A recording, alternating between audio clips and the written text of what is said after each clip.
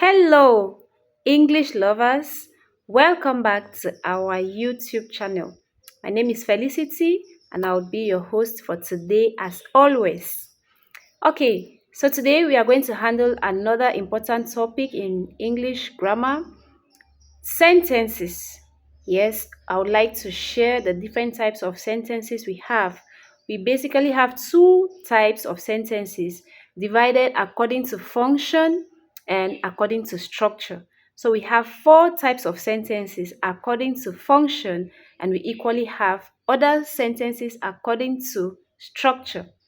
You would not want to miss this lesson, right? So stick with me to the end and see the different sentences we have in English language.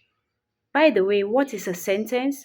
A sentence is a group of words that express a complete thought or idea. A sentence is a group of words that express a complete thought or idea. We use, full stops, question marks, and exclamation signs when we are writing sentences. So we are going to take the first part, which is types of sentences according to function. Before we dive in, can you please like, comment, and subscribe to this channel? And again, turn on your notification bell in order not to miss out on lessons that would subsequently be posted on this channel. Thank you. Let's continue. Okay, so I said that we are going to begin with types of sentences according to function. Yeah. So there are several types of sentences in English language, each with its own purpose and structure. Here are some main types in terms of function, okay? The first type of sentence we have, according to function, is a declarative sentence. It is used to make statements or declare facts. Yeah, typically they end with a full stop or a period. Yeah. For example, the sun rises in the east. For example, the sun rises in the east. That's a declarative sentence. Or you can equally say, water boils at 100 degrees Celsius. That is it. Okay. Um, the second type of sentence is an interrogative sentence used to ask questions and they end with a question mark. Sorry. Interrogative questions, as the name implies, or the sentence as the name implies, is used to ask questions. So we basically end it with a question mark. For example, what is your name? How are you? Yeah, so we end that with a question mark. That's an interrogative sentence. The third type of sentence is an imperative sentence. This is used to give commands, to make requests, or provide instructions.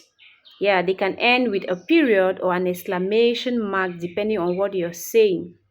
Okay. For example, if you are saying close the door, it ends with a full stop. That is an instruction that you're giving. That is imperative. It's not like a question that you're asking. All right. All right. The next type of question or sentence is the exclamatory sentence. Exclamatory. Exclaim. So it is used to express strong emotions or emphasis. They end with an exclamation mark. Exclamation mark is like you write one and then you put a dot under. That's an exclamation mark. Okay, so those are the four sentences or types of sentences we have according to function. Let's take on types of sentences according to structure. Okay, so there we equally have four types of sentences according to structure in English language. The very first type of sentence according to structure is a simple sentence. A simple sentence contains one independent clause to express a single complete thought. I'll take that again. It contains one independent clause to express a single complete thought. For example, the cat sleeps. The cat sleeps.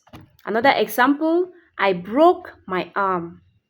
I broke my arm. Simple, expresses a complete thought. Okay, the second type of sentence we have is a compound sentence. And this contains two or more independent clauses to connect related complete thoughts. For example, the cat sleeps and the dog plays. The cat sleeps and the dog plays. Another example, I fell off my bike and I broke my arm. I fell off my bike and I broke my arm. The third type of sentence according to structure is complex sentence. Complex sentences contain one independent clause and one or more dependent clauses to show relationship between ideas. Let me take it again, right? I said complex sentences contain one or more dependent clauses to show relationship between ideas. Let's have an example you might understand better. While the cat sleeps, the dog plays. While the cat sleeps, the dog plays. Yeah. Another example, when I fell off a bike, I broke my arm. When I fell off a bike, I broke my arm. That's a complex sentence.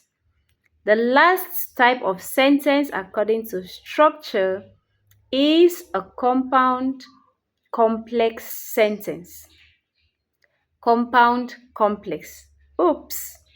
Okay, so a compound complex sentence contains multiple independent clauses and at least one dependent clause to express multiple related ideas with supporting details. Compound complex sentence contains multiple independent clauses and at least one dependent clause to express multiple related ideas with supporting details. Do not mind about this definition, okay? It might be long, but when I give my examples, I'm sure you would understand the different types of sentences. So let's have an example. While the cat sleeps, the dog plays, and the birds sing. While the cat sleeps, the dog plays, and the bird sings. So you can see we've added another part to it, the bird sings, which shows that it is, we have many ideas in one thing, in one sentence. Another example, when I fell off my bike, I went to the hospital because I broke my arm. When I fell off my bike, I went to the hospital because I broke my arm. It wasn't so hard, right? Okay, so if you've watched up to this end, may God bless you 1,000-fold. Thank you for sticking with me up to this time. Please like, comment, and subscribe to this channel if you haven't, okay? And like we do, if you have any topic or issue you'd like me to handle, please leave that in the comment section. I'll check and get back to you, all right? Thank you all for being so amazing. I do not take your support for granted.